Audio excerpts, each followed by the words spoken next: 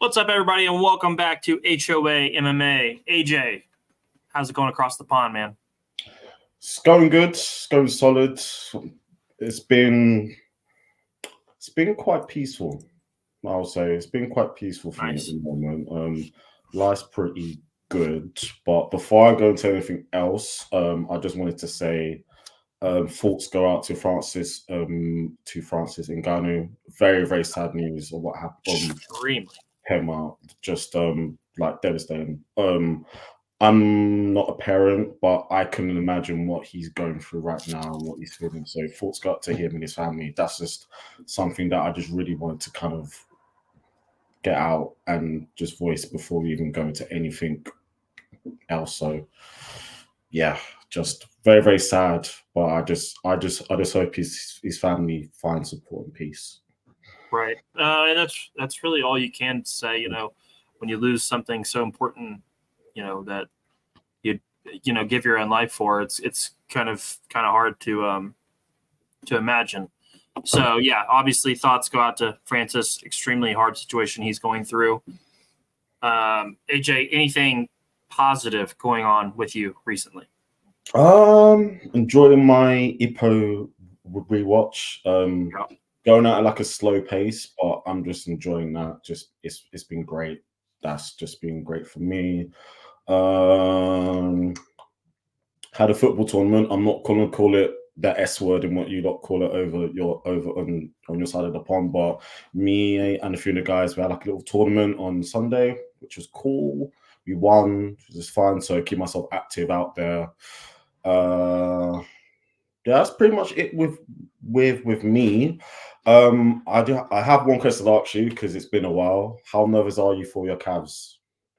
Extremely. It's not going well. I've not been very pleasant recently because it just seems like the end is very near for this team. They might get by the Magic, but Boston will shut them down very easily. This team's not very good.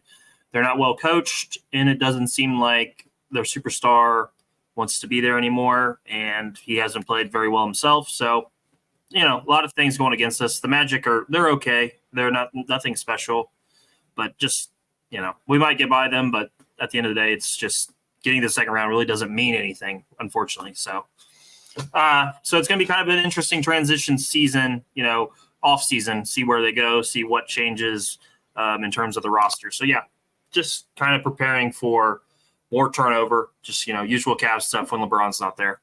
What would you say is the ideal change? Like if in let's say in like a perfect world during like the summertime, what would you ideally like to happen? Like ideally, it would be Mitchell would stay, and we would trade Garland and a couple pieces to try to go get an all-star forward or, small forward wing player to fit with Mitchell instead of a small as your two go-to scorers. Mitchell and a small forward who's, near all-star caliber, however you want to word it. That's more ideal. And then you find a free agent point guard to go with them. So that would be the ultimate goal. And then keep Allen and Mobley together also. I think Mobley, you'll see randomly at the end of game 5 against the Magic, he was shutting down Paulo. He was blocking shots. He was, around the basket, getting passes, dunking. He was doing all kinds of things that you love. And if that could just happen all the time, he would be what people think he could be. But he's just – so I'm not sold on him not being great. I would give it a little more time. So try to go out and get a wing that could fit with Mitchell better than Garland and then build from there. Well, that makes sense. But AJ, we missed some time. Is there anything you want to touch on fight night wise? I thought that the fight nights were really good in terms of melatonin, but I would like to get your perspective because my perspective isn't the only one on the show. So what were your thoughts on the fight nights? If you have anything positive about the couple weeks in between pay-per-views? I mean, it was always going to be up against it after coming off probably the greatest night of fights in MMA history and in combat sports history. Following up from UFC 300 was always going to be in a sense an an impossible task. That's probably like the best way to say it.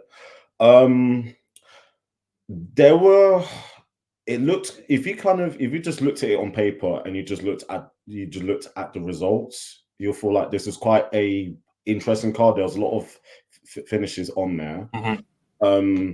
I will say I was impressed by Alex Perez. He's already booked again. I know.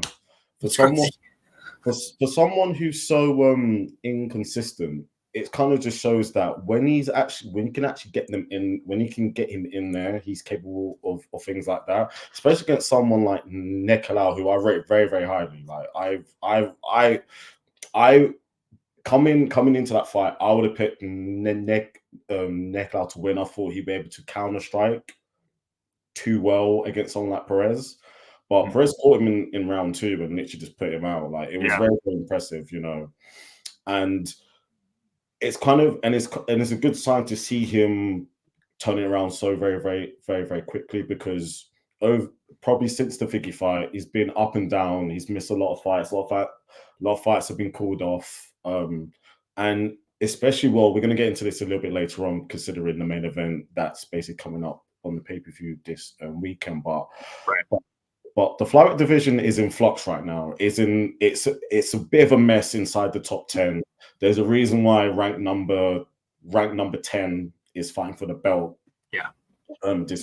So Perez is probably seeing it as, okay, there's a lot of guys ranked above me who are either injured or just not fighting, or, you know, miss weight, whatever. Whilst all this chaos is going around, if he's able to keep active and put in performances like basically this, he'll probably be thinking, I'm capable of jumping the queue. And that's a very, very smart thing to do. And I'll say this now, if he's able to do things like that, it makes Mo Marquez win against him age a lot better as well, for someone who has similar aspirations. So that, obviously, the main event was very, very interesting. Even though, again, it wasn't really the best card, there were a few names out there that really caught my eye, in terms of Corinne Silva looked very impressive in her fight against Lipsty. Guskov, when he literally smoked Ryan Spann, another guy, and I forgot his name, and Medic as well, who kind of opened up the main card, and Onama. These are all people who, if you're really into MMA and you watch UFC pretty much week in, week out, these are names where you're going to be aware of. These are people who are kind of building who are kind of making a name for themselves and then building really good momentum. And especially on these Apex cards, as they're kind of getting more wins, you're going to see these people kind of get more towards the fight night around cards, prelims, or a pay-per-view. So these are people who you're going to keep your eye on.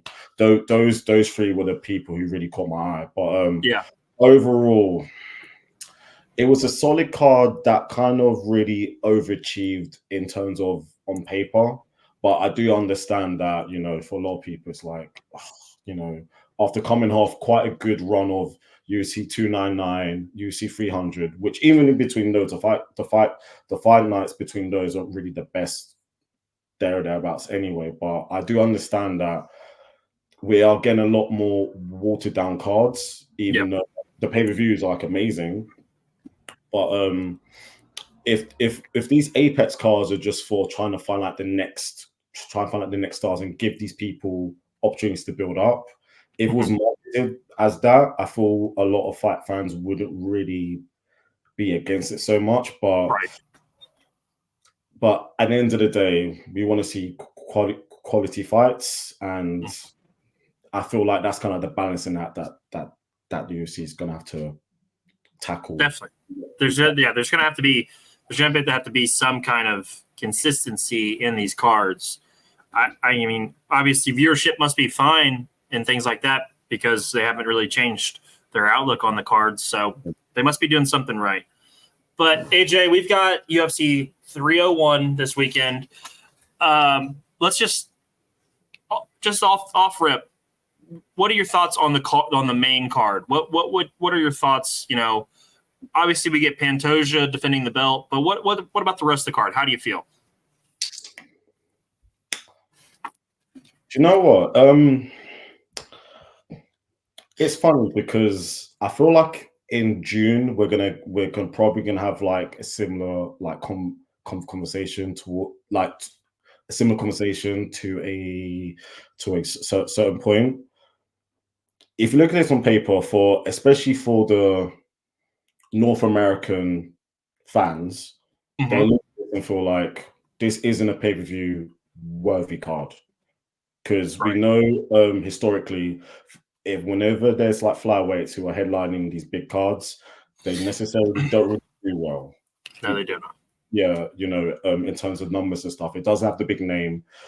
You know, ideally, UFC would have had Alex Pereira and Jamal Hill on this card, but because of UFC 300, they couldn't get the really, really big name, the marquee name in which they would have liked. They had to get that. They had to get that fight over here because you would imagine it would have made sense to have them fight this weekend instead of 2 weeks ago. The card as a whole, I like it in the sense that, you know, it's a sign of the UFC showed how much of a global brand it is, because this is a fight card for Brazil.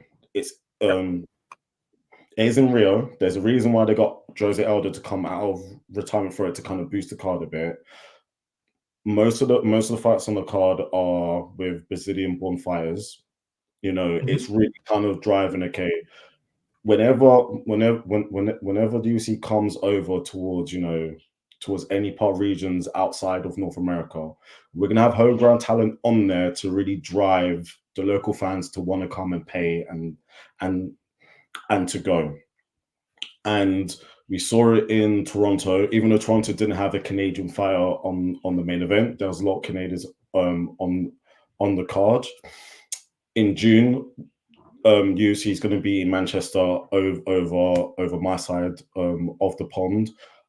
Outside of what we would imagine to be two title fights headlining with obviously Liam and Tom, the rest of that main card I imagine to be a little bit more similar towards how it is in Brazil in terms of the matchmaking. The difference is that they're gonna have names that fans recognize because one, they obviously speak English, and a lot of the UK fighters have a bit more of a personality that is a lot more easier to, a bit more accessible.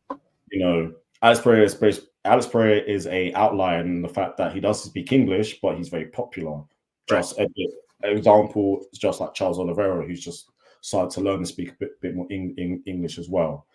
I know this sounds very, very drawn out, but I do like the cards. I do understand it isn't the most glamorous and the more pay-per-view caliber, but at the end of the day, this basic card isn't really for guys like me and you.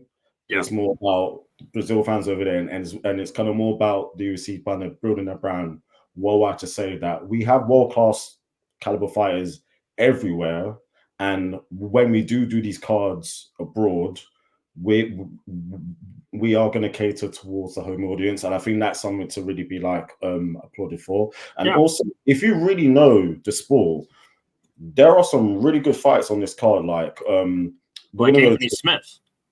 Anthony Smith is fighting against an undefeated fighter who is an absolute animal. And good chance this is the last time we see Anthony Smith. And Paul Craig is facing against someone who I rate highly in Kyle Brahela. Like, that guy's scary. He's good. Like, he's so fucking good. So, again, if you really, really know about the sport, you would understand that this is a good card. But I do understand for the more casual side of fans where they feel like this card doesn't satellite. This card's not made to. This card's was not built to sell a million pay-per-views. It's just not how it's supposed to go. I mean, this is for the Brazilian people. This is for Brazilian fighters to get them in the exposure. So we totally understand that. AJ, let's start at the early prelims. Is there a fight in here that you has caught your eye? Anybody in here that you're looking for? a big performance out of anything like that? In terms of the early prelims, the only one fight that catches my eye is seeing Ismail Bonfim come back. That's who I thought you were going to say. You know, he literally burst onto the scene around early last year in Rio when he literally sent Terrence McKinney into like Asgard. Like he literally, that fucking knee was disgusting. He ran into pretty much, man. And then he ran into Benoit Saint Denis, and you know, Benoit Saint Denis kind of really pulled a number in. We took away all of that hype that Bonfim and his brother were kind of really building. Yes.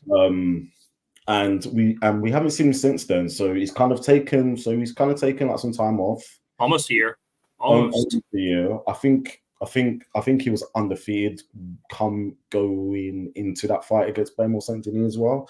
And then if you kind of look at, there's no shame in losing against someone like that who did give Dustin Poirier problems, who was literally about to fight for the title. Like he did give him, Benoit did have his moments, and he's definitely someone who's going to be a problem for anyone within the top 10, top 15 in one of the hardest divisions in the sport. So it's going to be interesting to see how Bonfim bounces back and also responds after that long time off. So that's probably the fight for me. Is there any other ones for you on this early prelims? That's kind of that's who I had highlighted, Bonfim, because we had watched and talked about him before, and then obviously he ran into that wall in Saint Denis. So yeah, no, I thought that was a guy that you were going to mention. I think he's very exciting. Look for him to get back in the win column. Other than that, I'm interested in Rufy and Jamie Malarkey just to see how good Mauricio Rufy is. He's 9-1, and Jamie Malarkey, you know, while he's not a massive name, we all know who he is. We know who he's been in some nice fights. So I do look forward to seeing that fight also. And then moving to the prelims, anybody catch your eye? Jack Shore gets to fight in the prelims main event. Anybody else in there catch your eye? When Gomez is very good. Last time out in Paris, he put in a sensational performance against the Don, I believe. No, that was actually Lapalus. But I remember the last time in Paris, I believe Gomez put on a really, really good performance. I forgot who he beat Gimamori. Yeah, Jim Amori. He beat him by KO in the third round. Yeah, he's really talented on the feet. So he's very, very like technical. Like he's a very technical guy. He's able to pick his shots really, really well. I'm looking to see that. I want to say his name right. Olubai. He's someone who I've got my eye on because he made his debut at 170, and he just mauled the guy. And he's actually naturally fights at lightweight. So obviously now we've seen him at more of his natural weight class. 12-1, but who's basically he's had some really good performances outside of the UFC. He's definitely someone who I'm really looking forward to see if he's able to kind of climb and level up the rankings. He looks like a caveman. Like he has that kind of like primitive face. I'm not trying to say it in like a bad way or anything, but like no, he looks like an Asian caveman. I mean, we're not trying to be hateful that he's just got that look. But he's fucking good. He's he's a monster. He subbed Medic in November, is what it was. Yeah. Exactly. He beat him up the whole time. He looks great. He took that fight on fucking short notice as well. Like he's an absolute beast. Yeah, he's a monster. A lot. Jack Shore against Brito, fun fight. That's going to be a fun fight. Should be fun. Brito has a lot of first round finishes, like a lot. And Jack Shore in his last fight, he was very slow in round one.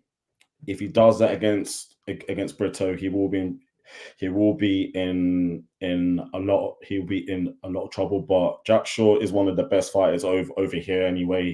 He's good everywhere. He's really good on the feet. He has amazing grappling. He's literally called the Welsh George St. Pierre because that's very generous. That's very. Rex. but then again, it kind of just to show how much in high regard they have him up here as in terms of his overall skill set, and he's able to show that even if things do get tough, he's able to make adjustments and on the fly. Like in his last fight against Marakwani, he beat first round he was getting it literally in like all sorts of bother. He makes adjustments in the second round. He throws up the head kick, and that's when he's able to obviously take him down and obviously get him out of there. So that's going to be a very, very fun fight in terms of the feature prelim. So for sure. Yeah, but again, and do you know what? That's probably going to be the perfect card because that's going to be the perfect feature prelim because you got someone who's very aggressive, who pretty much has like a highlight reel against someone who's great and tested everywhere. So it'd be a good test for both guys because Jack Shaw is continuing his journey at 145 pounds, and obviously Brito is a guy who's coming up. Being the feature prelim in Brazil as well has got a chance for him to kind of go out and make a name, especially against someone like Jack Shaw, who's very good. For Jack Shaw, on the other hand, is if you're able to silence the crowd and get that big win, you kind of continue to rise up. You continue to rise up in the ranks, and don't be shocked if he goes out there and he gets an early win. He'll be looking for a very quick turnaround for June. Yeah, no, that's definitely agree with that. That's a really fun fight to cap off the prelims. AJ, let's get into the main card though. Paul Craig versus Caio Borralho. I mean, obviously we don't really get into the odds and we don't do some of that stuff, but Caio is a massive favorite to win this fight. Like minus 725 to Paul Craig's plus 450. I mean, how do you see this one going down? Because I feel like this is one of those chances where Paul Craig could just flip the script and all of a sudden he's got him in a submission and he's cranking on him and it could be just a random Paul Craig victory because he has these throughout his career. He just randomly will have these massive like upset type wins and you're like, where did that come from? Why are you not more consistent? Could that happen tonight, or is Borralho too much for him? Paul Craig everyone knows Paul Craig's guard is one of the nastiest guards in the sport. He has wins over Jamato and Ankalaev, like for crying out loud. Like that kind of shows how dangerous his guard is.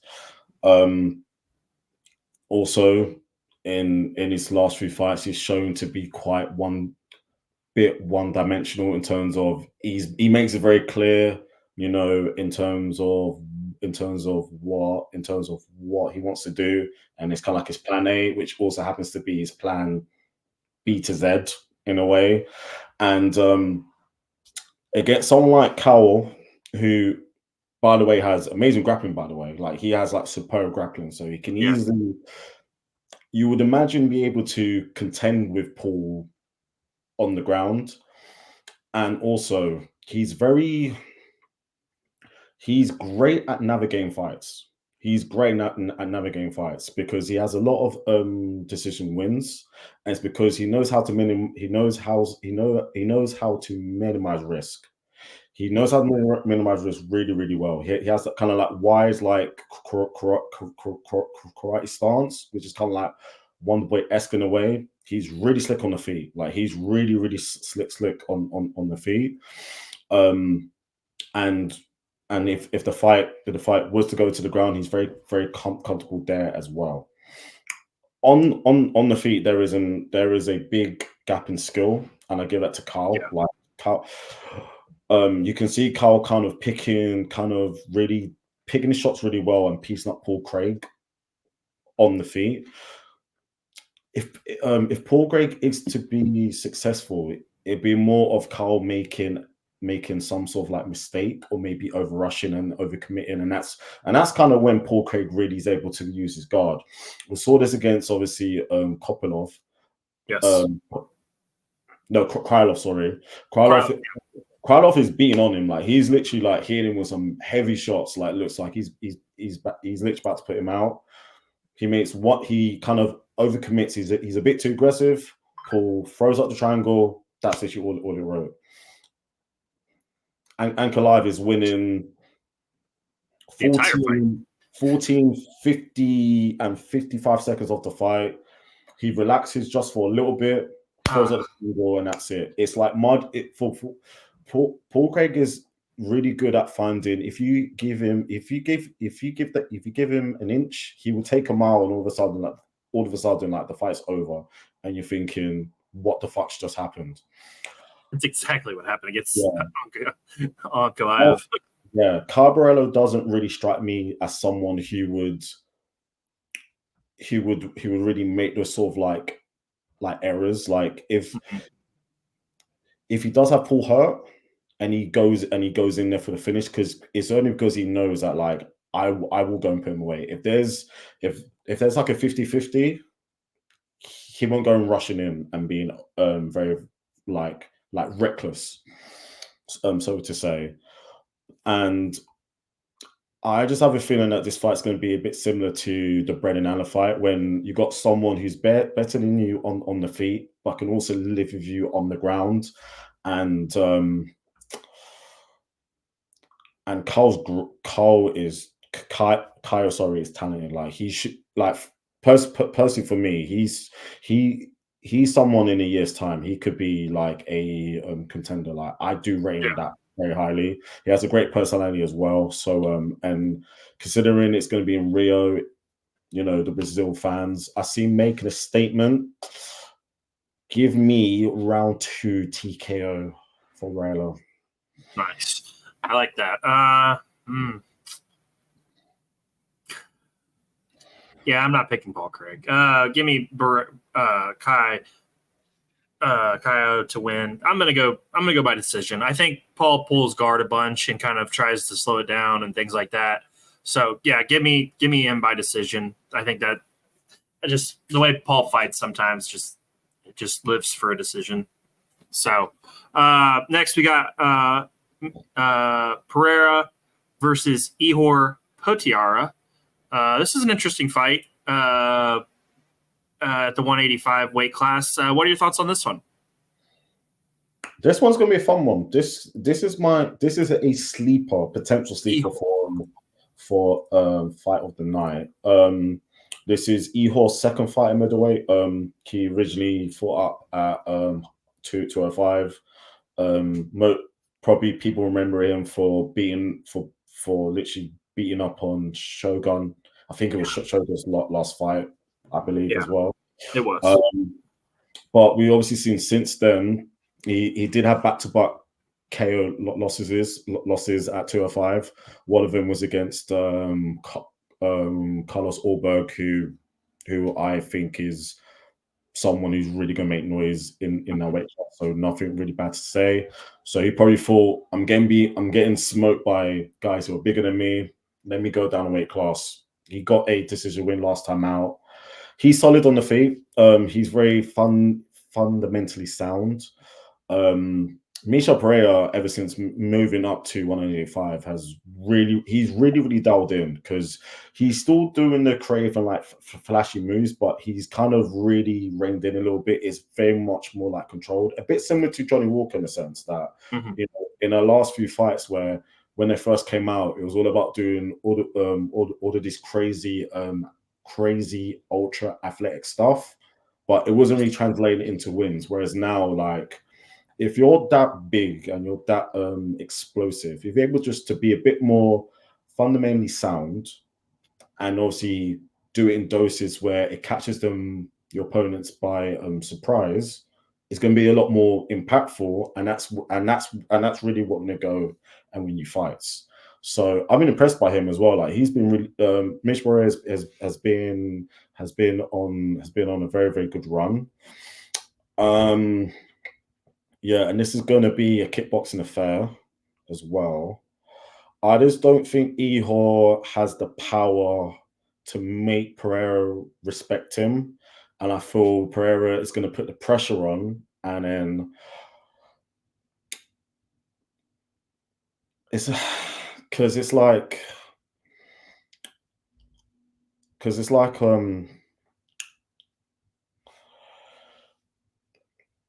I'm trying to think how to word this properly.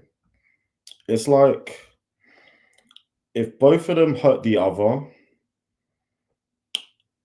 you would imagine if Ihor is able to hurt Prayer, you can kind of see Michelle kind of being able to ride it out. Whereas if Michelle hits him, you feel like the fight's over. Like you feel like if he rocks him, like the fight, like like he will go out and finish the fight. And he's also a lot faster. He's bigger and he's faster as well. So I'm going to go, and also Pereira's actually shown as well that he can actually grapple as well. He can actually grapple. Like he does. He does have a few subs on his resume as well. I'm gonna go Michelle by first round submission. Actually, I'm gonna go Michelle by TKO in the first round. Okay. I think he gets him out of there. He's looked really, really good at 185. I think that continues. We know Potiara is susceptible to being knocked down, TKO'd, however you want to word it. We know he's susceptible to that. Give me Michelle to win that one. Next fight, AJ, Anthony Lionheart Smith is being fed to the wolves again against Vitor Petrino. Does Petrino get it done in the first, second, or third, AJ? There's just nothing left, unfortunately. I like Anthony Smith. I think he kind of feels like the everyman's fighter, at this point. He's just not competitive anymore. Retirement is literally beating on his door. Unfortunately, he's had a long career. To go from Killer Roundtree to this guy back-to-back fights is rough. It's rough. Petrino is a monster. Like 11-0, mean left hook. Like when he hits people with that left, they go flying. Like they go flying. We saw this against Modestas Bakauskas. He literally sat him down in one hit. Like he has legit one punch KO power, and we've seen in his last couple of fights, Anthony Smith is very much. There is a lot of mileage on there. Like even though he's still in his mid-30s, he's had over like 50 fights, which is he's fought a ton. He's 35 and he's fought 56 times. I mean, it's time. It's Father Time is undefeated, and he's coming off that bad loss to Khalil. Petrino is a monster. You're going to get someone who's very explosive, and he's been put on his main card in Brazil to kind of build him as a star in front of his own crowd. He already knows that you are very hittable, and when people do hit you, you are most likely to fold. Expect him to come in very aggressive, to go out there and put him away. In terms of fairness, if Smith is able to use his experience to potentially navigate through the first round and take it late, and maybe have Petrino gas himself out, considering that he's very he's jacked. Like he's a very, very huge guy. Put together. Like if you're able to test his cardio and maybe get himself to tire out and use your experience to maybe grapple as well, even though Petrino does have a submission win in UFC as well, but if you're able to kind of slow him down a little bit, there is a route for him to win. Along with where if Petrino doesn't really if he just goes in with complete disregard and Smith is able to catch him coming in, that is something that's possible, because literally all it basically takes is one shot. Yep. I don't think that's going to happen. I feel like Petrino's going to go out there and really lay him out. Round one KO, personally, I see him going 12-0. They kind of really they really like heavyweight does kind of need a lot of new blood as well. So you would kind of imagine that they put this fight for a reason, to kind of have Petrino go out there and put on a show and to really announce himself as, he's one of the new guys at 205. Yeah, no, I'm with you. This is gonna be an uphill battle for Anthony Smith. Not, you know, I don't know why the UFC wouldn't give him Span again, just to get that win back on his record. But here we go. Well, we'll feed him to another killer. Next, we got Jonathan Martinez versus Jose Aldo coming out of retirement for this fight at bantamweight. This is a hell of a fight, man. This has got excitement written all over it. Can Jonathan Martinez take down the legend in Brazil? AJ? Oh, man. I love this fight because you would imagine in some ways Aldo probably looks at Martinez. It probably feels like in one aspect he's looking in the mirror because because Aldo is famous for his leg kicks, and Martinez is probably one of, if not the best leg kicker in the UFC because Martinez chops people's legs down, man. Like he's only a guy who has multiple finishes via leg kick. Just ask Adrianus. He got his legs destroyed last time out. Martinez is on a great run. He's won his last 6. Last time he lost was against David Grant at a very, very long time ago. But he's he's put in amazing back-to-back wins. He's beat Giannis, and then before that he beat Said Nurmagomedov, who I rate very highly, and that was a great performance against great performances. Sorry, against obviously 2 very elite level bantamweights who are both ranked outside of the top 15, which kind of shows how deep this division is. There is a lot to be said that Aldo's coming off nearly 2 years since he retired. But if you look in his last 4, he's 3-1. And the only loss was against Merab, who is, would you imagine to say, is probably the next in line for the belt. And he beat guys like Rafont, he beat guys like Chito Vera, like in his last 4. So and even against Merab, even though Merab was trying to take him down at will, Aldo was able to hold him off. He just wasn't able to generate actual offense. So Aldo showed at the time of his retirement that there was still quite a lot of juice left in the tank. In terms of how the fight plays out, leg kicks are going to be key in this fight because you got 2 people who are very well known for their leg kicks. So depending on who is able to establish dominance in that area, you imagine Martinez probably has a speed advantage because he's very quick. He's very good on the feet. Even outside of his leg kicks, he is able to trade. He's also very hittable as well, and that's something that Aldo has that really good body shot combo, and that's when he goes up top as well. And I would imagine Aldo is going to want to test the grappling as well, just because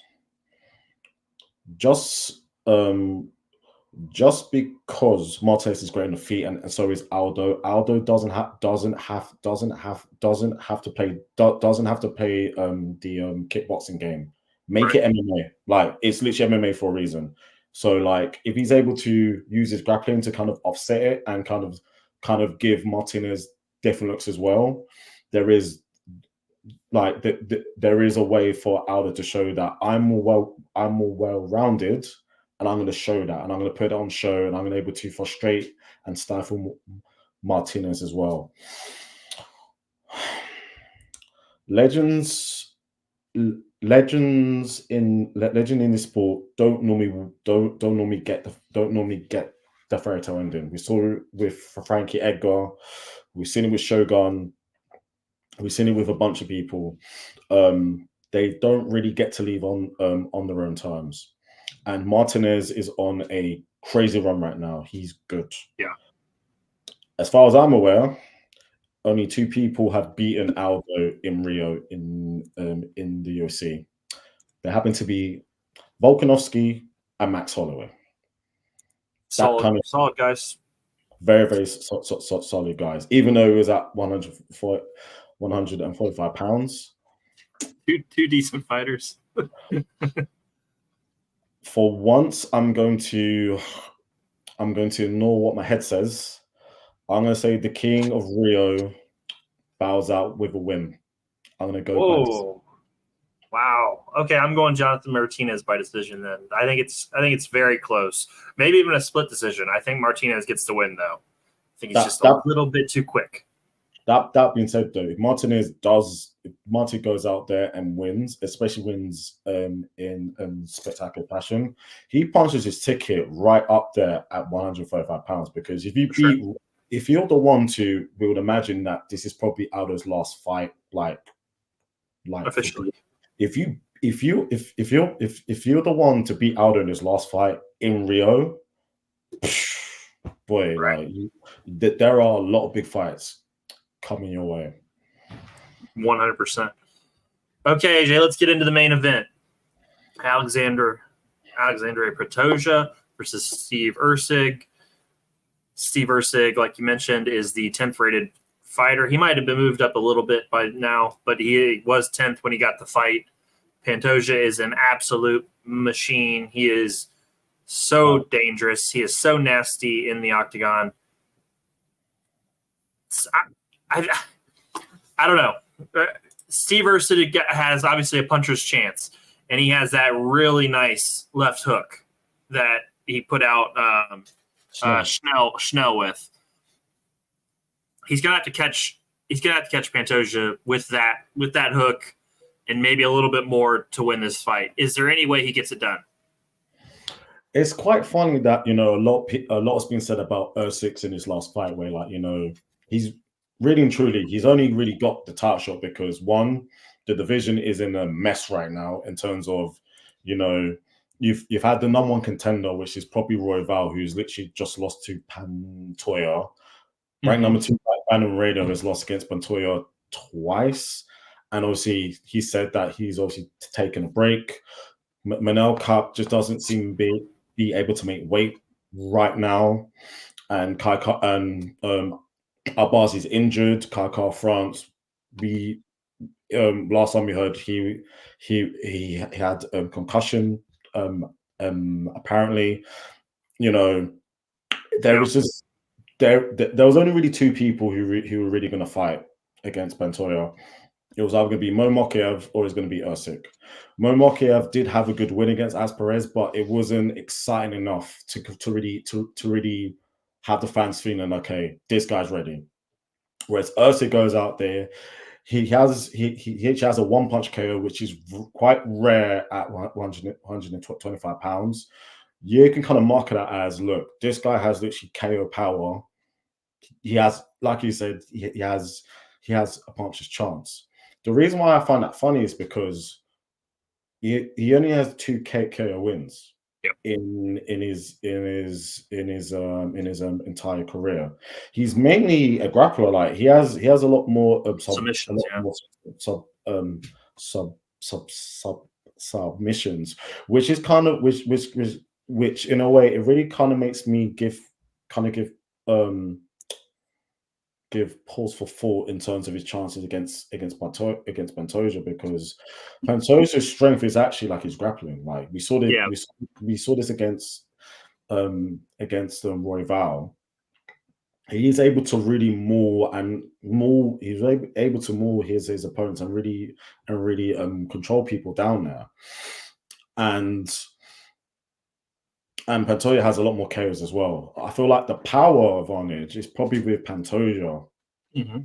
And Pantoja's good, and Pantoja sets a very, very heavy pace. Very heavy pace and a lot of pressure. Like he's very he strikes very reckless, because he knows that he knows if he does that, it pushes them on the back foot. He's able to get them. He's able to get them into his world.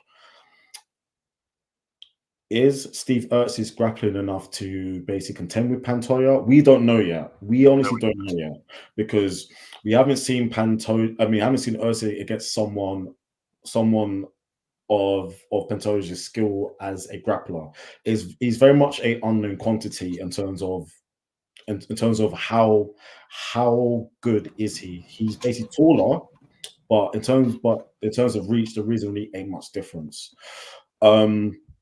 If I'm Steve Ercik, you would have to make Pantoja respect you in order to kind of make him think before he goes in recklessly and rushing in. And if he does, make him pay. Like if Pantoja is going to come rushing in, striking with you aggressively on entry points, he needs to really catch him with something to really, really rock him and to really put him away. And that's probably what you would say is probably like his best chance. Pantoja does have a chin, he does have a really good chin, but there is a first time for literally everything. So this one is a lot harder to call than I initially thought. But this is also Pantoja's first fight in Brazil in over 10 years, and he's literally the main event. Yep. I'm going to say Pantoja by sub in round 3. I'm going Steve Erceg TKO round 2. I don't know. It's just, here's the thing. Like you said, we don't know if Erceg can grapple on Pantoja's level. We don't know. To me, that's why I think it's got to be a punch to put him down. And we haven't seen that happen to Pantoja like that. But again, first time for everything. There would be no surprise for me if Pantoja walks through Erceg and goes out and gets a sub. But Erceg's on this kind of like rocket, and this would literally strap him to the rocket if he could make this happen. So, give me Erceg by TKO. Nice. And if that does happen, expect him to be the co-main in Perth. Yeah, that would be that. I mean, like I said, you set yourself up for potentially so much bigger things if that goes your way. But AJ, that's UFC 301. Going to be a fun night. Excited to watch some fights, man. It's like I said, I didn't get to tune in last week. We were busy. We had a birthday party. We had a bunch of stuff going on. I like to make my jokes about sleeping and things like that, but I just was super busy. But this one, be strapped back in, ready to go. Should be a fun night. Anything else, AJ, before we get out of here? Oh yes. So if you're a lover of combat sports, then you would already know that there is quite a big fight in terms of the world of boxing on the weekend. But before we go into that, I just wanted to cover Garcia against Devin Haney. Garcia's performance was... Should we wait, though, until we see if he's actually guilty? Or not guilty, but you know what I mean? Go ahead. Yeah, so I was actually going to get to that. So, Devin Haney... coming into the fight, you would have thought he would have been too much for Garcia. Garcia's behavior was very erratic. Going into it, very, very weird, very, very concerning as well. But Garcia goes out there and he literally just puts it on Devin. Like every time he caught him on that left, he literally sat him down. It was literally just mind-boggling to me to feel that someone as good as Devin Haney, even though he was winning rounds, he decided to go like headhunting. And that isn't his game at all. He's very established a jab, use very, very good, very, very good footwork, and make his opponents come onto his punches and make him make mistakes. Mm-hmm. Garcia capitalized because one, he's very quick, quick. And I left it with money all night. It was an incredible performance, but. Again, just when boxing takes three steps forward, it takes 5 steps back because not only did he miss weight, which we already knew going into the fight, comes out that he failed a drug test, and it's just a shame because Even if you take out all of the chaos around Ryan Garcia, he easily could be the face of boxing. He easily could be the face of boxing because he has a huge following. Doesn't feel like he wants to be though. Like he has a huge he has a massive following on social media, right? Like he really does drive numbers, which is very rare, especially in North American boxing right now. And he's willing to fight anyone. And he put on the best performance of his career so far against one of the best pound for pound strike boxers in the world. So it's literally just a shame now because it's not even it's bad enough if you miss weight by around 3 pounds, but you also failed a PED test. Again, we need to hear like the hearing and the outcome of all of that. But it's just a shame on that because that was like the most talked about boxing fight of the year. It's had that cloud over it. Devin Haney's probably pissed as well because it's like I was undefeated and I lost against someone who cheated essentially in a sense in terms of perception right now is that you cheated, like you didn't really take it seriously. You was being professional in terms of trying to make weight, all of that stuff as well. So the fallout with that we'll find out next. So that's basically just the bad news out the way. Good news is Canelo is fighting this weekend against Jaime Munguia, Mexico versus Mexico. I think it's Cinco de Mayo. the 5th.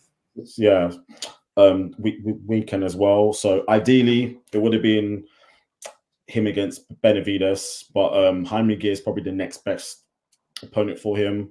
43-0, still young. He's still in his mid 20s. This is easily his toughest test against one of the best pound boxers in the world. So that's going to be a very interesting fight to see. But the one fight I'm looking forward to the most that's coming up is on Monday. Such a weird fight. Noya Inoue is back. He's facing against Luis Nery. I feel sorry for you guys across the pond because in terms of time, especially in Eastern time, it's going to be on at like 7 o'clock in the morning. But if there's one fighter in combat sports that I would say is worth watching, it's literally Inoue. He's everything he would. If you love boxing, he's everything that any fan could ever want. Not only is he technically brilliant in terms of for the boxing purists, in terms of he has elite footwork, he can fight in both stances. His technical skill is amazing. He can fight. He can be aggressive. He can also fight on his back foot as well. He can cover every skill set a boxer could have, and he's exciting. Like he really he's undefeated. 21-0 in straight title fights. So he won the belt. He won the world championship in his sixth fight. He's moved up in 4 weight divisions since. 7 straight KO wins as well, facing against the world's best in each and every weight class. He's literally just like a joy to watch. And he became undisputed champion at super bantamweight recently, last year in just only 2 fights, and the year before that he became undisputed in the weight class below at bantamweight. So he's the second boxer since Terence Crawford to become a 2-time undisputed champion in 2 different weight classes. Luis Nery is good. He has power. He's very dangerous. There is a bit of a narrative considering that he was banned from fighting in Japan because he beat a guy called Yamamoto and he failed a drugs test. And I think they fought twice. I think one time he missed weight, another time he failed a drugs test. I think so. Just Jesus. Anyone can correct me if I'm wrong. And the Japanese boxing border control was like, okay, this guy we won't have him fight we won't have him fight over again. Inoue is like, well, he is basically the next one up in his division. I want him. So it's kind of like, and Inoue is like a national hero now at this point. So it's kind of like him to put on a show against someone. There is a bit of of a narrative there. But I can't wait. I actually can't wait to watch the fight because he is literally just like a joy to watch. So I recommend anyone, if you love your boxing, whoever you are in the world, set your alarms because he is literally, for me, if he isn't pound for pound number one, he's number two. Literally, what's greatness? He's literally one of the best boxers of this generation. So definitely check that out. Okay. Well, guys, there you have it. A lot in the boxing world also. Thank you for that breakdown, AJ. No worries, guys, we've covered UFC 301. We will be back next week to recap the event. We will be talking about who the champion is at bantamweight. Should be a great weekend, AJ. Thanks, buddy, and I will see you next week. See you next week. HOA MMA out.